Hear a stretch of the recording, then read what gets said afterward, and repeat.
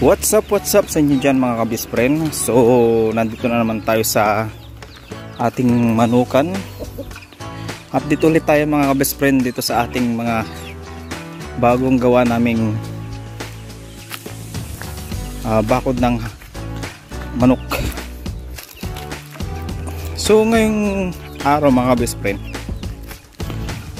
ang ginawa namin ngayon kanina ay binakod namin tong ito sa bandang likod, pinalawig namin.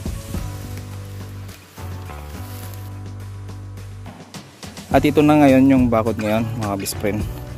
Bali hindi pa siya ganong naayos, pero yan, medyo konting ayusin pa to. In-extend namin yung bakod hanggang dito sa bandang likod. So medyo parang lumuwag na yung kabis-friend, itong bakod. Dati halos parang dumoble. Yung luwag dun sa harapan at saka hanggang dito sa bandang likod. Binakod namin hanggang dito. Sinakop namin tong tinanim kong malunggay tsaka nyug, puno ng nyug. Yan. Hanggang dito binakod na namin mga best-friend, pero nag-short kami dito ng net. Pero maglalagay din kami dito ng net pagka na lagyan na ng tali ni tatay yung yung net na nabili sa online. So ngayon temporary na hanggang dito lang muna, pansamantala lang daw, pero ewan ko kung pansamantagal. Pero kapag ka na lagyan na ng tali yung net, ilalagay na rin dito sa may bakod, parang idodoble. Bali yung net muna bago yung itong hog wire na tinatawag. Nagbuhat dyan, nabakod na siya hanggang doon. Medyo na short lang kami ng konti ng hog wire, pero pagka naayos na lahat, kaya bibili rin kami ng pandugdong namin doon. Yan. So yan po mga best friend, yan yung kulungan ng manok. Yan yung unang batch na nilipat dito, pero doon sa isang kulungan ng manok hindi pa nalagyan ng manok, hindi pa nailipat yung mga manok dahil ayusin pa yung dito. Tapos pagka naayos na, pag okay na, saka ililipat. Ayusin nga pa pala yung parang pinakasaig niya, gawa ng papalitan yung sahig na imbis na kawayan ay papalitan ng net. Yan.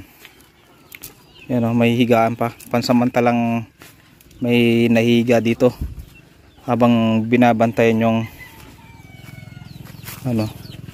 yung kulungan. Yan, hanggang doon. Yan, medyo okay na. Yan, halos dumoble yung luwag dito sa harapan, pero itong yung net na nandito ililipat, tatanggalin din yan. Yan, medyo lumaki na siya mga best friend, lumuwag. Yan, medyo makalat pa pero pagka naging okay na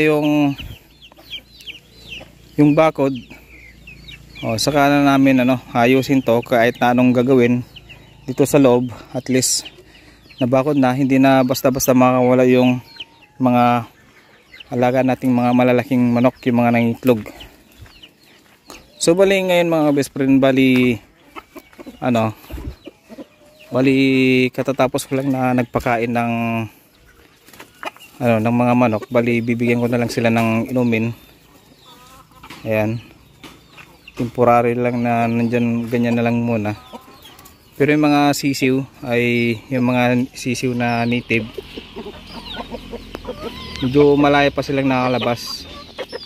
Pero kapag ka naging okay na itong kulungan natin, ay gagawa rin ako ng para sa mga native dito, para hindi malabas yung mga manok. Ayun, no?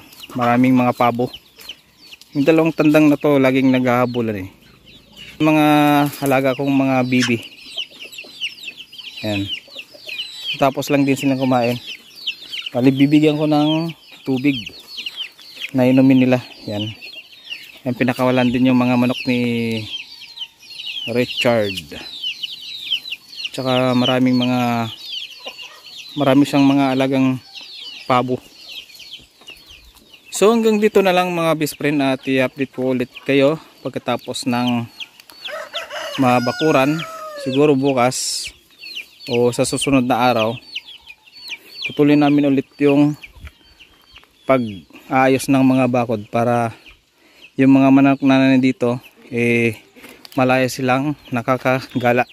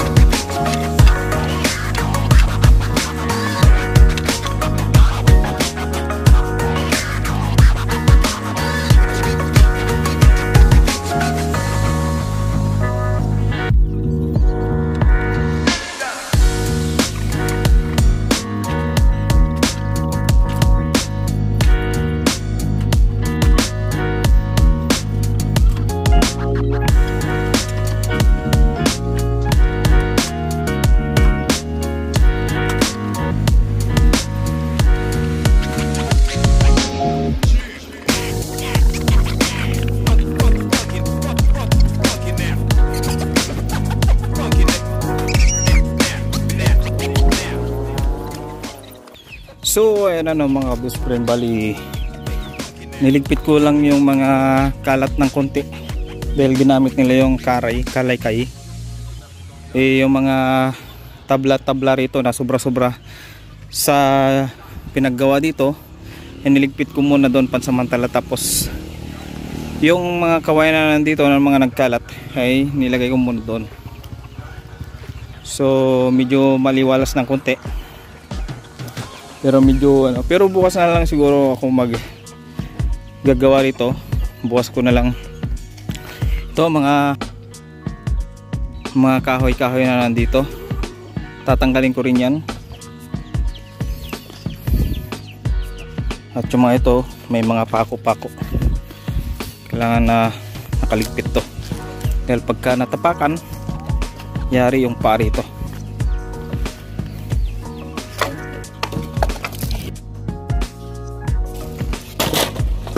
Yan lang yan muna.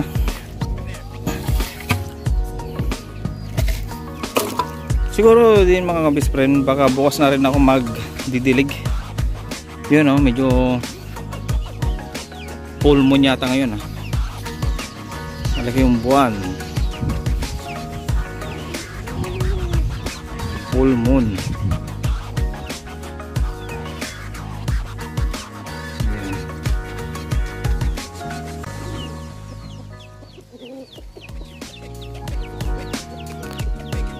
So ayan na naman mga best friend, bali kulang pa, medyo gumagabi na rin kasi, medyo padilim na rin. Bukas siguro mga best friend, baka ito tatanggalin ko na to, tsaka yung mga nandito, yan medyo lumawak na yung paligid at lumawak na rin yung paglalagyan natin ng mga manok. Medyo secured na sila na konti dahil yan lumawak na siya hanggang doon, dyan sa may pilapil, hanggang dito. Yan yung bakod. Tapos yung mga manok nandito sa may gitna. Yan,